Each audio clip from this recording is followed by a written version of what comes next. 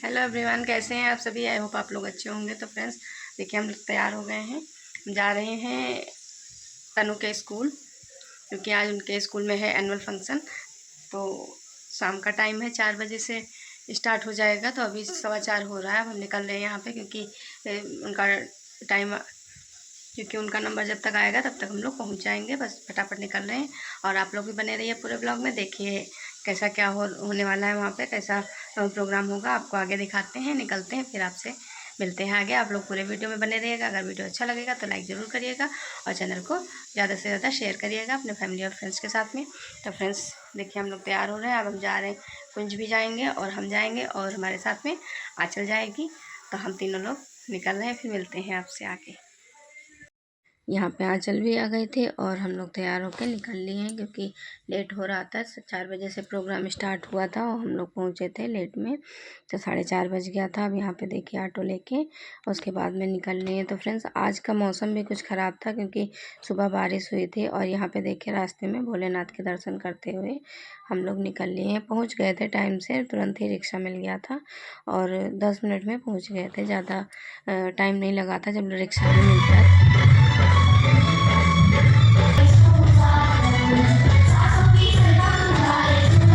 और यहाँ पे स्वागत गीत चल रहा था, वंदना हो चुकी थी और स्वागत गीत चल रहा था।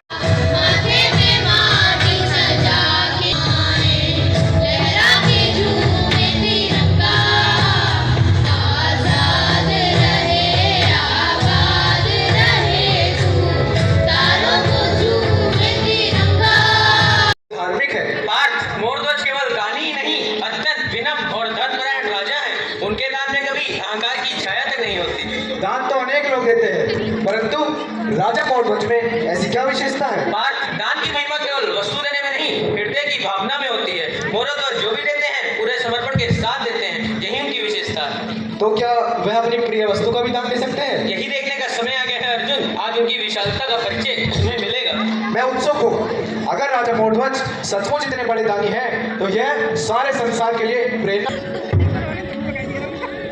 महाराज मोरध्वज पधार रहे हैं। राजा मोरध्वज की जय। राजा मोरध्वज की जय।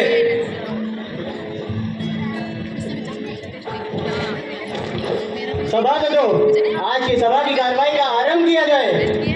महाराज, आपकी न्याय और दानशीलता से प्रजा अत्यंत प्रसन्न है। राज्य में सुख शांति है, परंतु उत्तर सीमा पे एक छोटा सा विवाद हुआ था। विवाद? वो क्या था? महाराज, सीमावर्ती गांव के कुछ लोग सिंचाई के जल को लेकर आपस में उलझ पड़े थे। हमने पहुंचकर समझा दिया और शांति स्थापित कर दी। प्रजा में मतभेद न रहे, जरूरत पड़े तो वहाँ पे अतिरिक्त नहर या तालाब का प्रबंध किया जाए। महाराज, आपकी इच्छा के अनुसार अगले सप्ताह से कार्य प्रारंभ होगा। ठीक है। महाराज, आपकी दानशीलता से प्रजा प्रसन्न है, परंतु गरीबों में दानशीलता से वह अधिक हो रहा है। दान और धर्म में दिया गया व्यय कभी व्यर्थ नहीं होता। जब तक राजा मोरध्वज की साधें चल रही हैं, तब तक दान और धर्म चलता रहेगा। आज की सभा यहीं स्थगित की जाती है।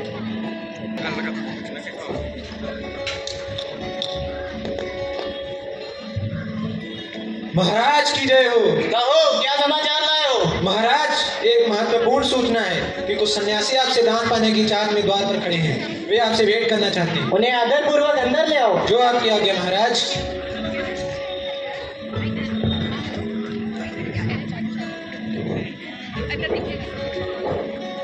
पूर्ण करने जा रहे हैं, उसकी पूर्णता के लिए हमें मनुष्य का मांस चाहिए। मैं स्वयं तैयार हूँ महात्मन। राजन, लेकिन वह मांस उसके पिता के हाथों ही काटा जाना चाहिए। क्या आप अपने पुत्र का बलिदान दे पाएंगे? स्वामी, यह कैसे संभव है? यह हमारा इकलौता पुत्र है। नहीं माता, यदि पिता की प्रतिज्ञा धर्म की रक्षा के लिए है तो मैं पीछे नहीं हटूंगा। ठीक है, यदि हमारा पुत्र खुद को बलिदान करना चाहता है तो मैं तैयार हूँ। बलिवेदी की तैयारी की जाए।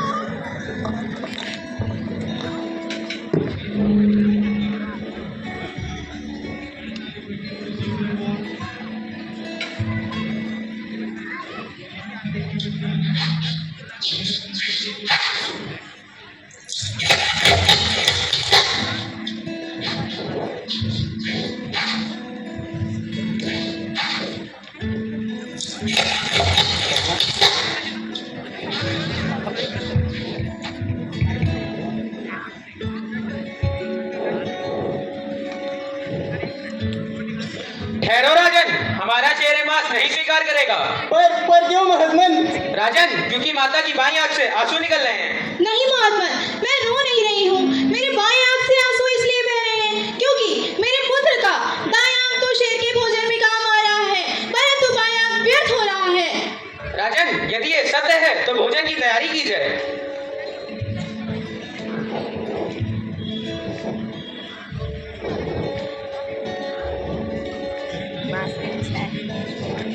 राजन, हम आपके पुत्र के बिना भोजन नहीं कर सकते।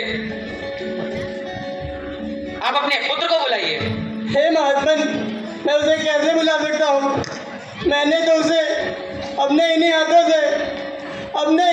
से उस पर आरा चलाया है। राजन, मैं एक उसे बार कैसे बुला सकता हूँ? राजन, एक बार मेरी बात मानकर आप अपने पुत्र को जगाइए, तथा हम स्नान करके आते हैं। पुत्र सेन,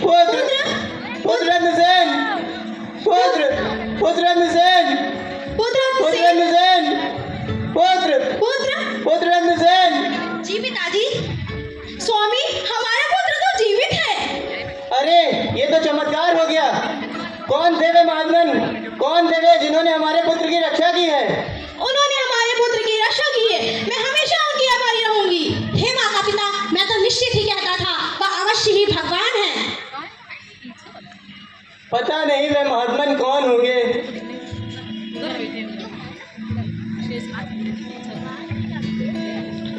पीछे मुड़िए राजन।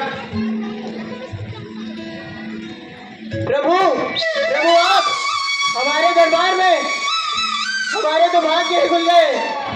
हे राजन, मैं आपकी दानशीलता के आगे नतमस्तक हूँ। आज मैंने देखा कि सच्चा दान वेदों के ज्ञान से भी बढ़कर होता है। इस प्रकार राजा मौर्यध्वज की दानशीलता ने पराकाष्ठा को छू लिया। उनका नाम आज भी इतिहास में अमर है।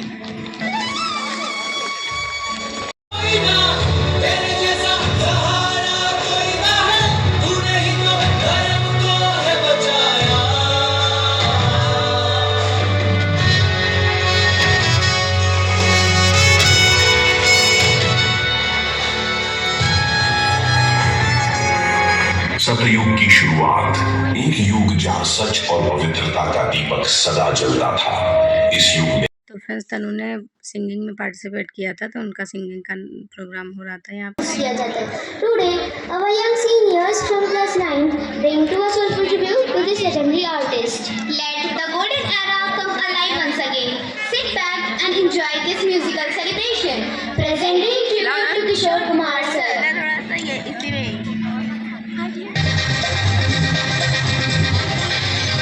रोते हुए आते हैं सब, रोते आते हैं सब, हंसा हुआ जो वो कहते सिकंदर, वो कहते सिकंदर, जाने मन कहलाएगा। और उसके बाद सुभाष चंद्र बोस वाला प्रोग्राम था, यहाँ पे सॉन्ग था, उसमें डांस वगैरह सब कुछ था। क्या हो गया? अगर इन गोरों की लाठियां रुक नहीं रही, अब इनको सबक सिखाना होगा। चलो साले, इनको हिंदुस्तानियों की ताकत दिखा दे।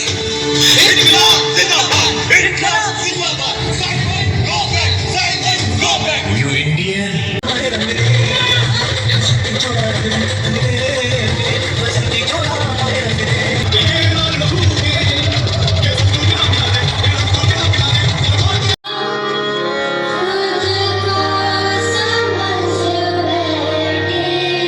तो फ्रेंड्स, एक के बाद एक प्रोग्राम होते जा रहे थे, बहुत ही एक से बढ़कर एक प्रोग्राम थे सारे। अभी बच्चों ने खूब मेहनत करी थी, वो सारा दिख रहा था, क्योंकि एक के बाद एक प्रोग्राम एक से बढ़कर एक थे और एक के बाद एक प्रोग्राम हो रहे थे और वहाँ से हटने का मन ही नहीं कर रहा था, क्योंकि सारे प्रोग्राम अच्छे लग रहे थे और बच्चों ने खूब ढेर सारी मेहनत की थी और सबकी प्रतिभागी बहुत ही अच्छी थी, बहुत ही अच्छा प्रदर्शन किया।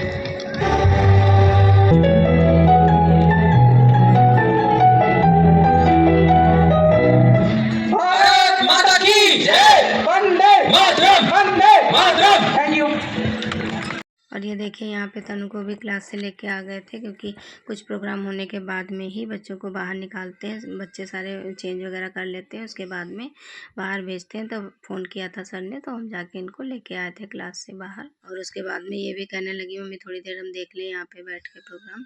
तो हमने कहा चलो ठीक है, 1-2 प्रोग्राम। उसके बाद में भी थोड़ी देर बैठ के देखा था, थोड़ी देर प्रोग्राम। और उसके बाद में इन लोगों ने कुछ खाया पिया, और उसके बाद में फिर हम आए थे, क्योंकि रात होने लगी थी, शाम हो गई थी। फिर जब हो गया था इनका प्रोग्राम, तो हमने सोचा चलो हम निकलते हैं, काहे यहाँ पे ज़्यादा देर तक नहीं रुकेंगे, क्योंकि ठंडक भी बढ़ रही थी और सुबह बारिश भी हुई थी, तो इस वजह से ठंडक ज़्यादा हो रही थी उस दिन, और बच्चों के ठंडक भी लग जाती, इस वजह से निकले थे वहाँ पे। देखिए यहाँ पे कुछ का मन था पिज़्ज़ा खाने का, तो यहाँ पे पिज़्ज़ा लेके आए थे। फिर सबने पिज़्ज़ा खाया, और भी कुछ खाया जो भी मन था। और यहाँ पे स्टॉल वगैरह लगे थे 2-4, क्योंकि 4 बजे से प्रोग्राम स्टार्ट हुआ था और रात के 10 बजे तक हुआ था। और बच्चों को ट्रॉफ़ी वगैरह भी देने का प्रोग्राम था, इसलिए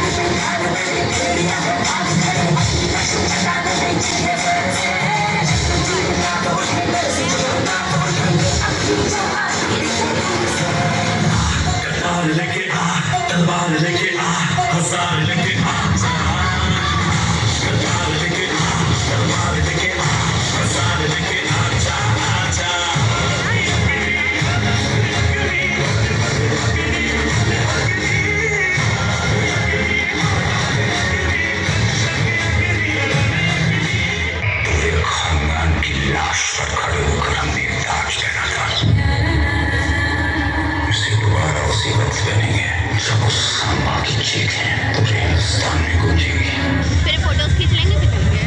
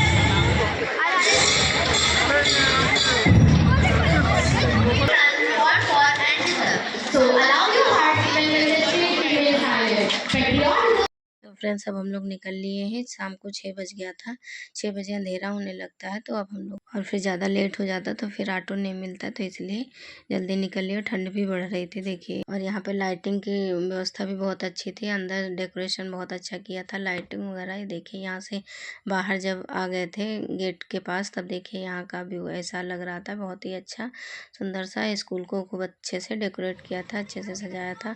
और उसके बाद में ऑटो लेके हम लोग निकल लिए। तो देखिए चौराहे पे आ गए हैं। यही है बिस्वा का मेन चौराहा, बड़ा चौराहा इसे बोलते हैं। और यहाँ पे ट्रैफिक भी हो जाती है अच्छी खासी। और देखिए यहाँ पे लाइटिंग वगैरह भी बहुत अच्छी थी, तो थोड़ा सा टाइम लग गया था यहाँ से निकलने में, और ऑटो लेके हम लोग निकल गए थे। तो फ्रेंड्स अगर आज का वीडियो अच्छा लगा हो और ये एनुअल फंक्शन का प्रोग्राम अच्छा लगा हो आपको, तो ये वीडियो को लाइक ज़रूर करना और कमेंट में हमको बताना कैसा लगा। और अगर चैनल पर नए हैं तो चैनल को सब्सक्राइब कर लेना, बेल आइकन को ज़रूर प्रेस करना, जिससे कि हर वीडियो की नोटिफिकेशन आप तक पहुंचती रहे। तो फ्रेंड्स अब हम पहुंचने वाले हैं अपने घर पे। वीडियो को यहीं पे एंड करते हैं, मिलते हैं अगली वीडियो में। तब तक के लिए बाय बाय, राधे राधे।